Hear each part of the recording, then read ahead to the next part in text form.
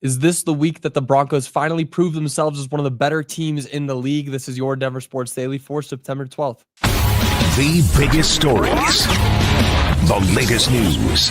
It's Denver Sports Daily. The Broncos take on the Indianapolis Colts this Sunday, and this matchup may be tougher than expected. It was actually what I talked about all yesterday on this show, is that this matchup is not going to be an easy walk. This is not going to be exactly what we had pictured earlier in the offseason. When I was going through the schedule, this is an easy win that I had for the Broncos. That's not the case any longer. This is going to be a tough battle.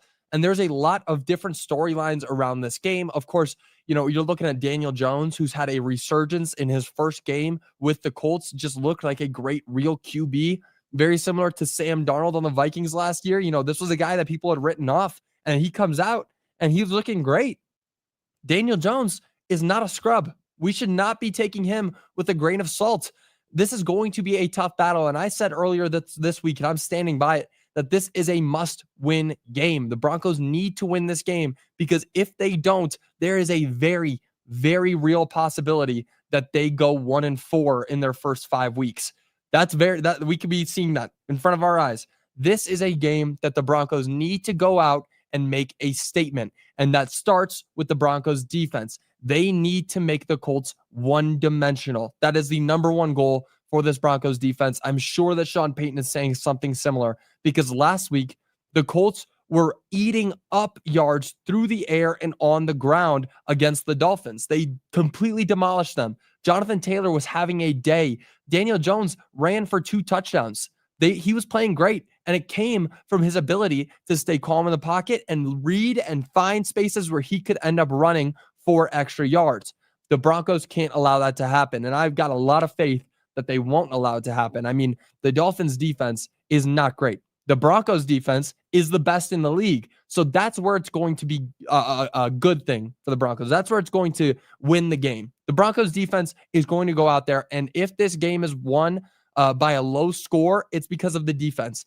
But if the Broncos really want to prove themselves, if they want to say that we are one of the best teams in the league, something along those lines, they need to go out there and eat up yards on offense. And that starts and it ends with Bo Nix. He needs to get it going. This is a great opportunity for Bo Nix to gain some confidence before a tough couple weeks. Heading into the future, you've got a lot of hard matchups. You're going up against the Chargers. You're going up against the Bengals. And then you're going up against the defending champions, Eagles. So those are not easy matchups at all. Of course, the Chargers they split series with last season. I apologize. They lost both games against the Chargers last season. The Bengals, they lost their one matchup against last season. And the Eagles look like the best team in football. That it's still that way. The Eagles look like they are the best team in the NFL.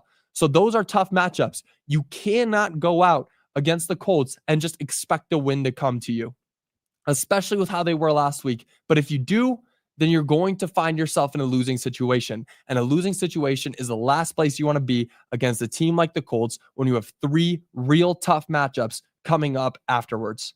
Those next 3 weeks after this Sunday, that's where the season really gets going. That's where you're going to see if this team can really go far in the playoffs. And I believe that they can. I believe that the Broncos are one of the better teams in the league.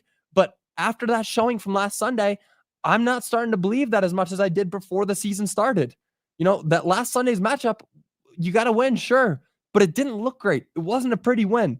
And in the NFL, as much as people say it doesn't matter, style points do matter. And winning the game by a large margin does matter. You can't go out and expect to win every game by 1 point or one score.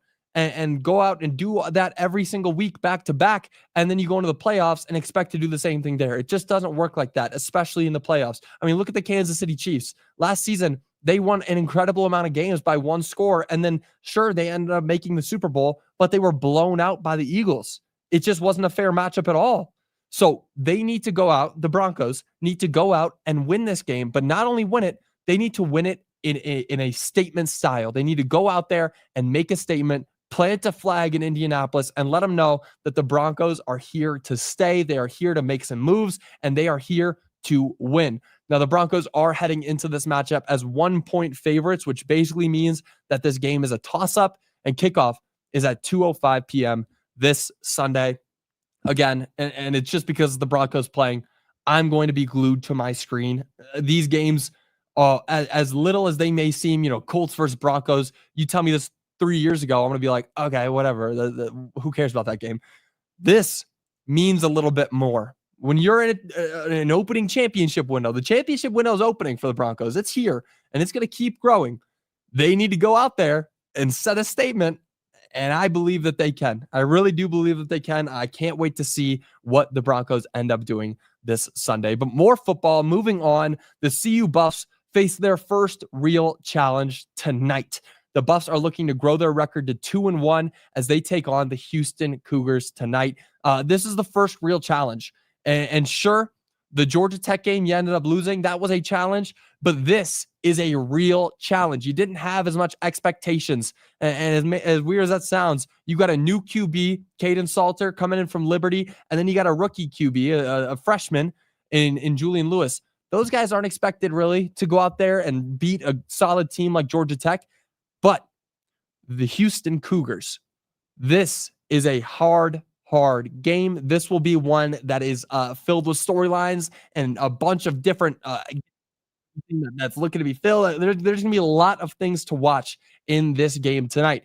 Now, the Buffs, because this is their first real challenge, I want to elaborate on what that means. This is their first game on the road this season, going away from Folsom Field. First time this season. How will they be able to perform? And not only are they going away from Folsom Field, they're playing their first Big 12 matchup of the season. And those conference opponents, you have to go and win. You cannot lose to a conference opponent, and you cannot be 1-2. If they do, I would start, whatever. The season's done. That's really how I'm going to start looking at it. The season's done. You're looking forward to the future. Put in Julian Lewis for the rest of the season. Maybe I'm jumping the gun, but really, that's what you're looking at here if they lose their first Big 12 matchup. Now, not only is there those two things that are going to be real tough challenges for the Buffs, Ryan Staub is expected to be the starter. That's another challenge. If he can't immediately succeed like he did last week against Delaware, which isn't a good team, maybe it boosted him up a little bit, the QB room will be a mess. That's if he can't succeed. I can't imagine what it's going to be like in that locker room. I mean, you got Payton Salter, who spent 4 years at Liberty, decides to take a chance, come to Boulder, play with Coach Prime, and he wants to come be a star and boost his draft stock, and he gets benched for Ryan Staub, who took his last start in 2023, and then you got Julian Lewis, who's a freshman looking to make his name, make it big, go out there. He's a 5-star recruit, and he's benched behind two guys who haven't been able to perform as well as he thinks he might be able to.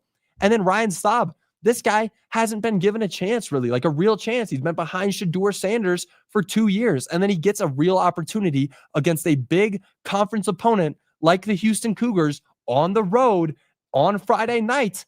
He has a lot of pressure on him. If there's anybody feeling more pressure, I wouldn't be able to tell you who it is.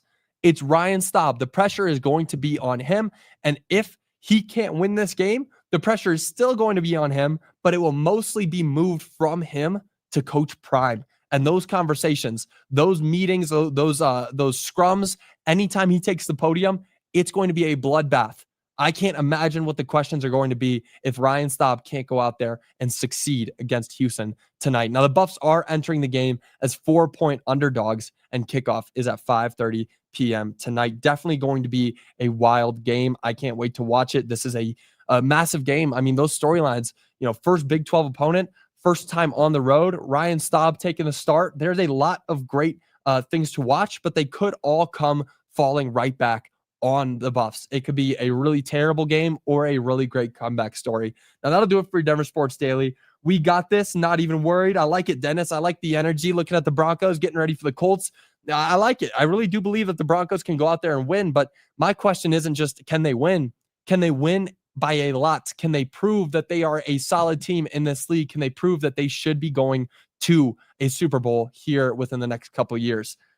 Good morning, Joey. Not sure about the QB change already. I'm not sure about it either. I mean, that's what we were talking about. I believe it was on Tuesday when that came out that Ryan Staub was expected to be the starter. I was a little bit shocked, and I liked what Ryan Staub did against Delaware. but that's against Delaware, an FCS school last year.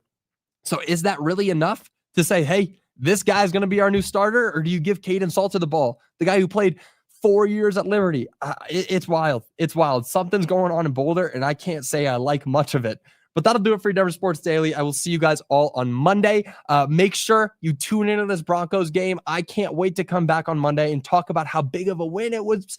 I mean, I'm literally shaking. I'm so excited to see what happens in this game this Sunday. But if you guys aren't already, please make sure to subscribe to the YouTube, drop a like on this video, and I will see you guys all on Monday. Until then, you have a great rest of your day and a great weekend. Bye, y'all.